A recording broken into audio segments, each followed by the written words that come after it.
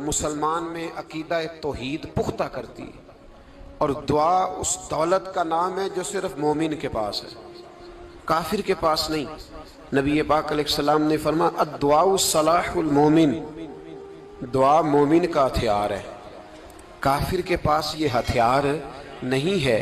مومن جب اپنے مالک کے حضور دعا مانگتا ہے نا، دنیا میں آپ کسی سے زیادہ مانگے تو وہ ناراض ہو جاتا ہے، وہ کہتا ہے بھائی تو نے تو کام بنا لیا ہے، کل بھی دیا تھا، پرسوں بھی دیا تھا، روز روز تجھے کون دے؟ میرے نبی پاک علیہ السلام نے فرمایا جو اپنے رب سے زیادہ مانگتا ہے رب اس سے زیادہ راضی ہوتا ہے، زیادہ راضی ہوتا ہے۔ اب دعا مخصوص اوقات نہیں دعا کے، فرمایا اذا دعان، جب بھی دعا مانگو گے تمہارا رب تمہاری دعا کو، جب بھی دعا تو دعا کرتے رہنا چاہیے، ہر وقت دعا میں بندہ شامل رہے، اللہ کے ذکر میں شامل۔ یہ جو قرآن مجید نے کہا نا یا ایھا الذین آمنوا اذکروا اللہ ذکرا کثیرا، اے ایمان والو اپنے رب کا ذکر کثرت سے کرو، وسبحوہ بکرۃ واصیلا، اور صبح و شام اسی کی پاکی بیان کرو۔ تو اس سے مراد یہ نہیں ہے کہ تسبیح لے کے سارا دن مسجد میں بیٹھے رہو اور کام کوئی نہ کرو، بلکہ اس کا مطلب یہ ہے کہ روٹی شروع کرو تو اللہ کے نام سے، اختتام کرو تو اللہ کے نام، سو جاؤ تو رب کا نام لے کے، سویرے اٹھو تو اللہ کا نام لے کے، جب تمہیں کوئی چیز اچھی لگے تو ماشاءاللہ کہو، جب کوئی مصیبت آئے تو کہو انا للہ و انا الیہ راجعون۔ تو سارا دن اللہ کا ذکر جاری رہے گا۔ نبی پاک صلی اللہ علیہ وسلم نے مسلمان کو ایک دوسرے سے ملنے کا طریقہ بتایا۔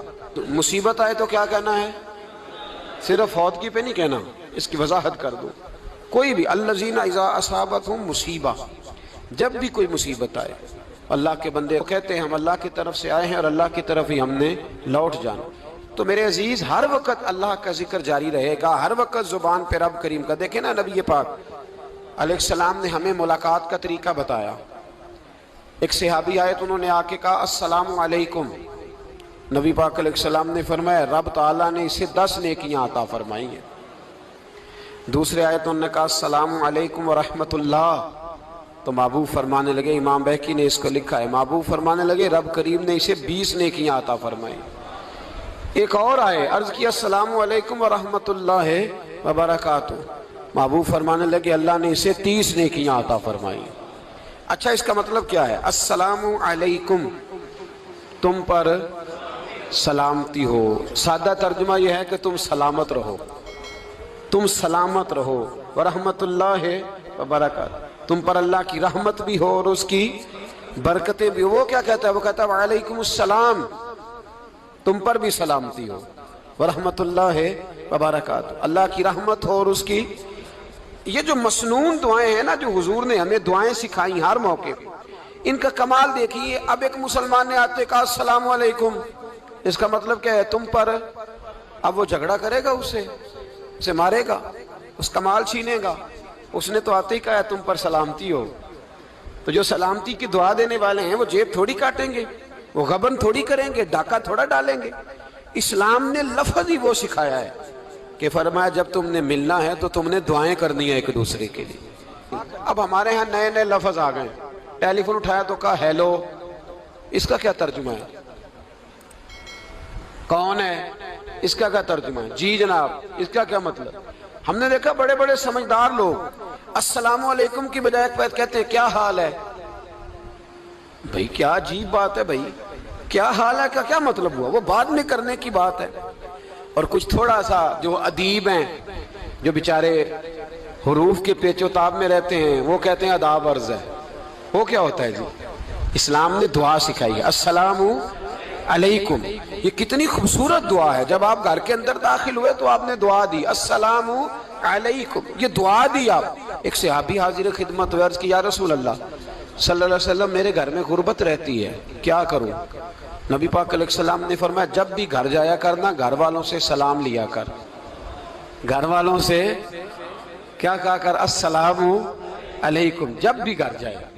یعنی گھر آیا، اب گھر والوں نے بتایا کہ ماچس کی ڈبیا تو لے آؤ۔ اب یہ دکان کونے پہ تھی گھر والے پہ، وہاں سے ماچس کی ڈبیا لے کے واپس گیا تو کہنے لگا السلام علیکم۔ پھر گھر والوں نے کہا ہو بتانا یاد ہی نہیں رہا، چینی بھی ختم ہو گئی ہے۔ تو یہ پھر گیا چینی لینے، لوٹ کے آیا تو کیا کہا؟ جب اللہ چاہتا ہے تو کہے، جب اللہ کے رسول چاہتے ہیں تو کہے۔ اس کا ترجمہ یہ ہے کہ تو کہہ، تو سلام لے۔ اللہ رسول چاہ رہے ہیں کہ تو سلام لے تاکہ تیرے گھر میں سلامتیاں ڈال دی جائیں۔ تو فرمایا سلام لینی ہے تو نے، اور ساتھ تو نے اس طرح کرنا ہے کہ 3 دفعہ سورۃ اخلاص کو پڑھنا ہے۔ امام قرطبی نے اس کو لکھا ہے۔ اس نے کہا حضور غربت بڑی ہے، غربت بڑی ہے تو کہ وظیفہ بتائیں۔ فرمایا جب بھی گھر جاؤ سلام لو اور 3 دفعہ سورۃ اخلاص پڑھو۔ وہ صحابی کہتے ہیں میں پکا ہو گیا۔ اب وہ کچھ دنوں کے بعد، کچھ عرصے کے بعد، کچھ مہینوں کے بعد واپس آئے تو صحابہ کرام علیہم رضوان فرماتے ہماری خواہش تھی کہ یہ کچھ بیان کرے، اب بتائے جو وظیفہ لے کے گیا تھا اس کا رزلٹ کیا نکلا؟ کہتے اس نے بڑی حیرت انگیز بات کی، حیرت انگیز عجیب انداز میں۔ کچھ لوگوں کا دل ہوتا ہے نا کہ مجھے ملے میرے پڑوسی کو نہ ملے، اور کچھ کا دل ہوتا ہے یار مجھے بھی ملا ہے اور الحمدللہ میرے پڑوسی کو ملا ہے۔ تو صحابی جب حاضر ہوئے تو صحابہ کہتے ہیں ہمیں تجسس تھا کہ یہ کچھ بتائیں، تو حضور نے فرمایا کیا حال ہے تیرا؟ کہا یا رسول اللہ کمال ہی ہو گئی ہے حضور، میں جب بھی گھر جاتا ہوں سلام لیتا ہوں اور 3 دفعہ سورۃ اخلاص پڑھتا ہوں، میں تو امیر ہو ہی گیا ہوں، میرے تو ہمسائے بھی امیر ہو گئے۔ کتنا پیارا ہے یہ جملہ، کتنا حسن ہے، اتنا اچھا لفظ کسی اور کے پاس ہے ہی نہیں جو الفاظ ہمیں ہمارے رسول نے عطا فرمایا۔ اس کو اپنائیے، اس کو اپنائیے۔ یہ الگ بات ہے کہ لوگ مطلب کے لیے سلوٹ کر لیتے ہیں بڑا سارا، لیکن مطلب کے لیے نہیں۔ جس کو جانے اس سے بھی سلام لیں، جس مسلمان کو نہیں جانتے اس سے بھی۔ تو نبی پاک نے ہمیں مسنون دعائیں سکھائیں۔ رات کو جب سونے لگیں اللہ کے رسول صلی اللہ علیہ وسلم نے ہمیں دعا سکھائی۔ حضور نے فرمایا جب سونے لگو تو مسلم شریف میں فرمایا تم نے یہ دعا پڑھنی، اللہم باسمک اموت و احیا۔ تم نے کہنا اے اللہ میں تیرے نام پر مرتا ہوں اور تیرے نام پر جیتا ہوں۔ نبی پاک صلی اللہ علیہ وسلم نے ایک حدیث میں فرمایا کہ یہ جو نیند ہے نا یہ موت کی چھوٹی بہن ہے، یہ موت کا ایک حصہ ہے۔ جس طرح انسان سو جائے تو کوئی خبر نہیں ہوتی کیا ہو رہا ہے، بالکل وہ اٹھا ہے تو اس نے کہا ہو یہ کیا ہوا، سو جاتا ہے نا آدمی اسے خبر نہیں ہوتی، اوہو میں نے تو 11 بجے اٹھنا تھا یہ تو 3 بج گئے، اب اسے خبر نہ رہی۔ سوتے ہوئے لوگ چوری کر لیتے ہیں، بلکہ اس طرح بھی ہوتا ہے کہ آدمی نے گکھڑ اترنا تھا، وہ پنڈی سے آ رہا تھا لیکن وہ سویا ہوا تھا، آنکھ تب کھلی جب کاموں کی آ گیا تھا، اب اس کا اس پر زور تو فرمایا کیا پتا اب تو کھل گئی کاموں کی، جا کے لاہور جا کے کسی جگہ پہنچ کے تو یہ بھی ممکن ہے کہ کھلے ہی نہ، نیند ہی موت کا سبب بن جائے۔ تو کہہ کے سو کہ یا اللہ تیرے نام پہ سو رہا ہوں۔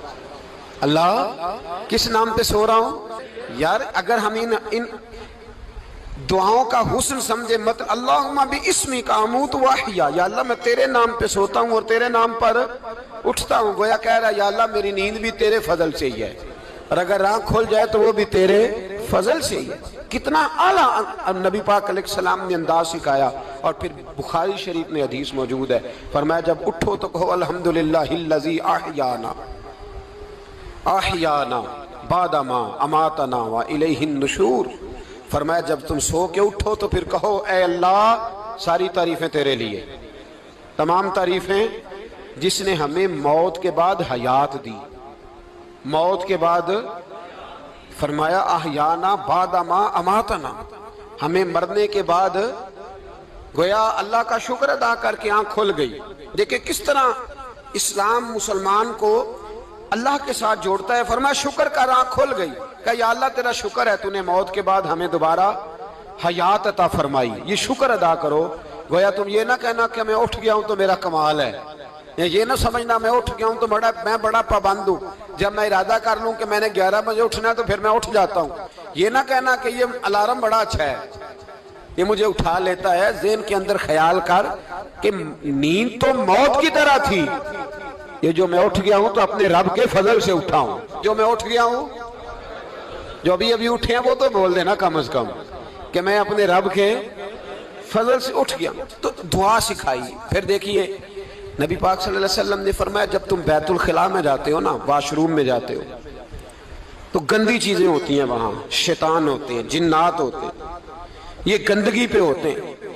جب تم واش روم جاؤ، بیت الخلاء جائے، تب بھی دعا مانگو۔ کیا دعا مانگو؟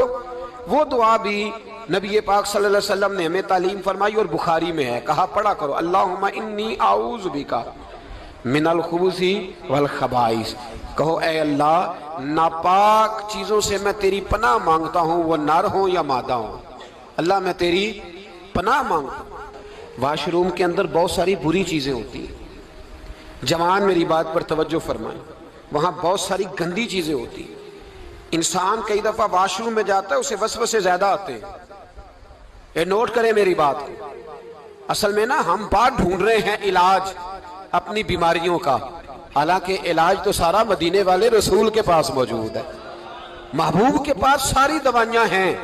تو نبی پاک علیہ السلام دیکھیں نا، انسان واش روم میں جاتا ہے اسے وسوسے آتے، برے خیالات آتے، وہ گناہ کی طرف کئی دفعہ مائل ہوتا ہے، تو کہا تو دعا پڑھ کے جا اللہم انی اعوذ بکا، یا اللہ میں تیری پناہ مانگتا ہوں من الخبث والخبائث، ہر خبیث اور بری چیز سے میں تیری پناہ مانگتا ہوں، وہ نر ہو یا یار کتنا عظیم دین ہے، کتنا عظیم میرے مصطفیٰ کریم کا وہ والا دین ہے۔ اصل میں اللہ کرے بی اے پاس بچے کو بیت الخلاء کی دعا بھی یاد ہو جائے، ایسے یاد ہو جائے، اور اس کے ماں باپ سمجھ لیں کہ جوان ہو گیا ہے، تو اب ہو سکتا ہے اس کی طرف شیطان حملہ زیادہ کرے، اسے خراب کرنے کی کوشش کرے، تو لہٰذا اسے دعا سکھائی جائے تاکہ اس کو پہلے سے پتا ہو کہ میں نے اس بے ایمان سے بچنا کس طرح سے۔ اب آپ دیکھیے نبی پاک علیہ السلام نے ہمیں دعا سکھائی، مصنف ابن ابی شیبہ میں۔ کون سی دعا؟ واش روم سے نکلنے کی۔ اللہ اکبر، بڑی زبردست دعا ہے، بڑی زبردست۔ آپ یقین کریں اس ایک ایک دعا پر ایک ایک پورا بیان ہو سکتا ہے، ایک ایک۔ یہ اس لیے نہیں میں کہہ رہا کہ میں کوئی عالم فاضل آدمی ہوں، آپ کہیں گے کہ بتا رہے ہیں میں بڑا پڑھا لکھا ہوں، صرف یہ عرض کر رہا ہوں کہ اس کے فوائد پر، ثمرات پر جو اللہ تبارک و تعالی امت کو دیتا ہے، ان دعاؤں کی جو فضیلت حدیثوں میں آئی، اور پھر جو اس کے فوائد ہے، اگر اس پر بات کروں تو ایک دعا تقاضا کرتی ہے کہ اس پر پورا ایک لیکچر ہونا چاہیے۔ دیکھیے آپ واش روم سے نکلے، دعا کیا ہے؟ دعا کے لفظ کیا؟ الحمدللہ الذی، ایک حدیث میں لفظ ہے غفرانک، غفرانک، اے اللہ میں تجھ سے بخشش چاہتا ہوں۔ اور جو مشہور اور معروف ہے مصنف ابن ابی شیبہ کی روایت، فرمایا الحمدللہ الذی اذھب عنی العذاب وعافانی، فرمایا اے اللہ تیرا شکر ہے۔ واش روم سے نکلا ہے تو کہہ رہا ہے یا اللہ تیرا شکر ہے، تو نے مجھ سے اذیت دور کی، وعافانی، اور تو نے مجھے عافیت عطا کر دی، اذیت دور کر دی اور عافیت۔ بولیے، واش روم سے نکلا ہے تو کیا کہتا ہے؟ یا اللہ تیرا شکر ہے، تو نے مجھ سے اذیت دور کر دی اور مجھے عافیت۔ ڈاکٹر حکیم ہومیوپیتھک ایک چیز پر متفق کم ہوتے ہیں، پتہ ہے نا آپ کو، لیکن اس بات پر سب کا اتفاق ہے کہ اگر کسی کو قبض ہو جائے نا تو شاید 70 یا 72 بیماریاں لگ جاتی ہیں اس کو۔ اور جب آدمی کو قبض ہوتی ہے نا، پیٹ کے اندر فضلہ جم جاتا ہے، خارج نہیں ہوتا، اس کو اعصاب کی بیماری ہوتی ہے، اس کے ذہن پر اثر ہوتا ہے اس چیز کا۔ آپ یہ مت سمجھیں کہ کھانا کھانا یہ ایک کمال ہے، اللہ نے یہ بھی نعمت بنائی ہے کہ کھانا جب خارج ہوتا ہے تو وہ بھی اللہ کا بہت بڑا احسان ہے۔ تو فرمایا تو سمجھا ہی نہیں، اگر تجھے قبض ہو جاتی، تیرے پیٹ کے اندر وہ چیز جم جاتی، تیرے لیے کتنی تکلیف کا باعث تھی۔ ان لوگوں سے پوچھئے جو اس کے بیمار ہیں، اس کے مریض ہیں، وہ کتنی تکلیف میں رہتے ہیں، سر میں درد ہوتا ہے، سر چکراتے ہیں۔ ایک بہت بڑا روڈ ایکسیڈنٹ ہوا تو ڈرائیور سے لوگوں نے پوچھا کہ مسئلہ کیا ہے، تو کہنے لگا میں قبض کا مریض ہوں، تو میں کھانا کھا لیتا ہوں تو میرے ذہن پر وہ اس قدر زیادہ گیس کا غلبہ ہوتا ہے کہ میں سخت تکلیف میں ہوں۔ نبی پاک علیہ السلام نے ہمیں سمجھایا اور بتایا کہ سمجھ لو یارو، کھانا کھانے کی نعمت تو اللہ نے تمہیں عطا فرمائی ہے، لیکن کھانا کھانے کے بعد اس کا اخراج بھی اللہ کی بہت بڑی نعمت ہے، تو اللہ کا شکر ادا کرو۔ پھر جب آپ گھر سے نکلیں گے تو بھی اس کی دعا ارشاد فرمائی، بسم اللہ توکلت علی اللہ، اللہ کے نام سے گھر سے نکلتا ہوں اور میں نے بھروسہ بھی اللہ کے نام پہ کیا۔ جب گھر سے نکلیں تو کس کے نام پہ بھروسہ کریں؟ بولیے، حضرت رابعہ بصریہ رحمت اللہ علیہا، آپ تشریف لے گئیں حج کرنے، جس دن واپس آئیں اپنا اونٹ کہہ گئی جاتی دفعہ، کہنے لگی اللہ میں تیرے حوالے کر کے جا رہی ہوں، اور بسم اللہ توکلت علی اللہ، بھروسہ بھی تیری ذات پہ ہے۔ جس دن واپس آئی نا اسی دن کسی نے بتایا کہ اماں آج ہی تیرا اونٹ مر گیا ہے، تو اونٹ کے سرانے کھڑی ہو کے کہنے لگی مولا میں تو تیرے نام پہ تیرے پہ بھروسہ کر کے گئی تھی، تیرے حوالے میں تو تیرے گھر گئی تھی۔